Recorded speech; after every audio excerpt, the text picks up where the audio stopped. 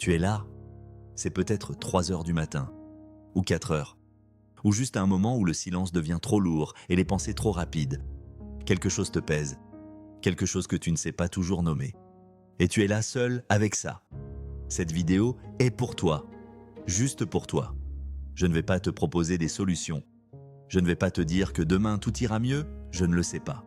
Ce que je vais faire, c'est rester là avec toi dans ce silence et explorer ensemble ce que les plus grandes traditions humaines ont dit sur ce que tu traverses en ce moment. Parce que ce que tu vis, cette nuit intérieure, a un nom. Et ceux qui l'ont traversé avant toi ont laissé des cartes. Il y a un mystique espagnol du XVIe siècle, Saint Jean de la Croix, qui a écrit un texte que des millions de personnes ont lu depuis. Il s'appelle « La nuit obscure de l'âme ». Saint Jean de la Croix ne décrit pas une métaphore, il décrit une expérience réelle qu'il a traversée lui-même, un état où Dieu semble absent, où la foi ne donne plus de consolation, où tu es dans le vide. Il convient de noter que Saint Jean de la Croix n'était pas un homme fragile ou naïf. C'était un carme réformé qui avait été emprisonné, torturé et humilié par ses propres frères religieux. Sa nuit obscure n'était pas une crise théologique abstraite, c'était une expérience concrète, incarnée, dans un cachot sans lumière. Et sa conclusion, après des années à traverser cette nuit, c'est ceci: la nuit n'est pas une punition, c'est un passage. Ce que tu traverses, la nuit intérieure, a un nom. Et ceux qui l'ont traversé avant toi disent tous la même chose. Il y a un autre côté. Les psychologues ont un terme pour ce que beaucoup ressentent à 3 heures du matin, la rumination nocturne. Le cerveau, privé des distractions de la journée, revient en boucle sur ce qui fait mal. Ce mécanisme est en partie biologique. La nuit, les niveaux de cortisol baissent, mais l'activité de certaines zones du cerveau liées à la mémoire émotionnelle augmente. Le cerveau nocturne traite différemment les événements difficiles. Mais voici ce que les chercheurs ont aussi découvert. La nuit n'est pas que problème. Elle est aussi traitement. Pendant le sommeil, le cerveau consolide les émotions difficiles, les intègre dans la narrative de vie, les rend moins aigus.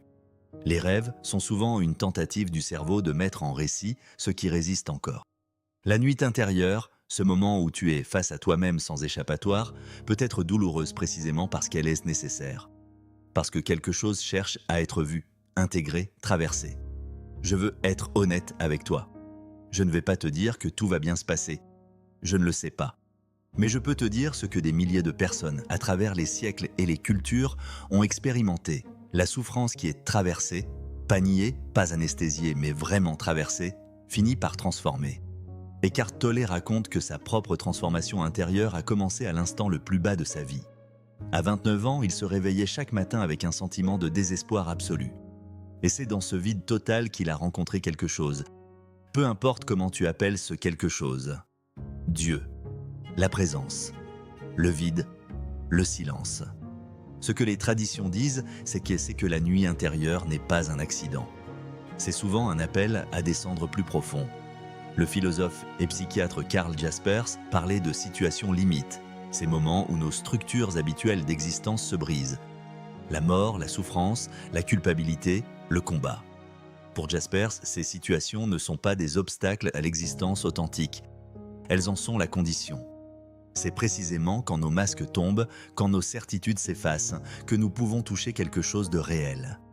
Il ne dit pas que c'est agréable. Il dit que c'est nécessaire. Dans la tradition chrétienne, Saint Jean de la Croix et Thomas Merton parlent de la nuit comme d'une purification. Pas de la souffrance pour souffrir, mais de la souffrance qui brûle ce qui n'est pas essentiel.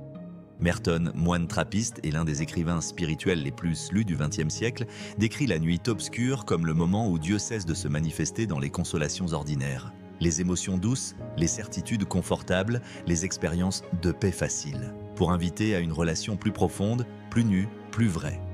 Une relation qui ne dépend plus des récompenses émotionnelles. Dans la tradition bouddhiste, le Bouddha lui-même est passé par ce qu'on appelle la grande souffrance avant l'éveil. Il n'a pas fui la douleur. Il s'est assis en elle. La nuit sous l'arbre de la Bodhi n'était pas une méditation paisible. C'était un combat. Les textes décrivent Mara, figure du doute, de l'illusion, de la mort, qui l'attaque sous toutes ses formes. Et le Bouddha ne combat pas. Il observe. Il reste présent. Et c'est cette présence totale à ce qui est, y compris à la souffrance, qui produit l'éveil. Dans la tradition soufie, Rumi écrit « La blessure est l'endroit par où la lumière entre en toi. Des traditions différentes, des siècles différents, des cultures différentes. Et le même message. Il y a aussi la tradition juive du Midrash qui raconte que le premier cri de l'humanité, la prière primordiale, est né non de la joie, mais de la détresse. Que c'est dans le désert, dans l'esclavage, dans l'exil que le lien le plus profond avec Dieu s'est noué. L'exode n'est pas une histoire de confort, c'est une histoire de traversée. La neurologie a quelque chose à dire sur ce phénomène aussi. Bessel van der Kolk, psychiatre et auteur du célèbre Le corps n'oublie rien, a passé des décennies à étudier comment le trauma se loge dans le corps et ce qu'il faut pour s'en libérer. Sa conclusion, après 30 ans de recherche, la guérison ne passe pas par l'évitement. Elle passe par la traversée, par la capacité à rester présent à ce qui est douloureux sans se dissoudre dedans, à l'observer, à le nommer, à le ressentir dans le corps sans en être submergé. C'est exactement ce que les traditions mystiques prescrivent. Rester dans la nuit, ne pas fuir, observer. Van der Kolk ajoute quelque chose d'important. Le corps est un allié dans ce travail, pas un ennemi. La respiration, le mouvement, le rituel physique, toutes les pratiques que les traditions religieuses ont développées depuis des millénaires, mobilisent précisément les voies neurologiques que la guérison emprunte. Voici ce que je t'invite à essayer cette nuit, si tu es dans la nuit. Premièrement, nomme ce que tu ressens. Pas pour analyser, juste pour dire « je souffre, je suis dans le vide, je ne sais pas ». Les neurosciences ont montré que le simple acte de nommer une émotion, ce que les chercheurs appellent « affect labeling », réduit son intensité de façon mesurable. Les mots créent une distance salutaire entre toi et l'expérience. Deuxièmement, résiste à l'urgence de tout résoudre. La nuit n'est pas un problème. C'est un état.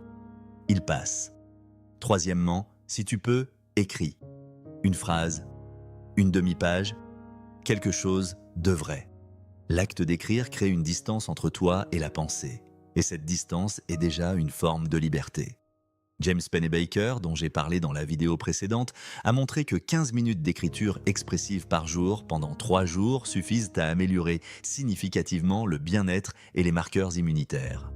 Quatrièmement, si tu crois en quelque chose, même vaguement, parle-lui. Dis ce qui est vrai. Même dans la colère. Surtout dans la colère. Dieu, si tant est qu'il existe, est assez grand pour ta colère. Cinquièmement, ta respiration. Maintenant, si tu veux, essaie ceci. Inspire pendant 4 secondes. Retiens 2 secondes. Expire pendant 6 secondes. La respiration lente et profonde active le système nerveux parasympathique, le reste est digère et contrebalance directement l'état d'alarme dans lequel la nuit t'a plongé. La nuit finit. Toujours. Pas forcément vite, pas forcément facilement, mais elle finit. Et ceux qui l'ont traversée honnêtement, sans fuir, sans anesthésier, arrivent souvent de l'autre côté différent. Plus profond, plus libre, avec quelque chose qu'ils n'auraient jamais trouvé dans le confort. Tu n'es pas seul dans cette nuit. Des millions de personnes sont là en ce moment, avec toi, dans le silence de leur propre obscurité. Et avant toi, des millions d'autres sont passés par là. Certains ont laissé des mots, des poèmes, des prières, des œuvres, précisément pour que tu saches que tu n'es pas seul. Si cette vidéo t'a parlé, envoie-la à quelqu'un qui en a besoin. Abonne-toi. L'âme éveillée sera là la semaine prochaine.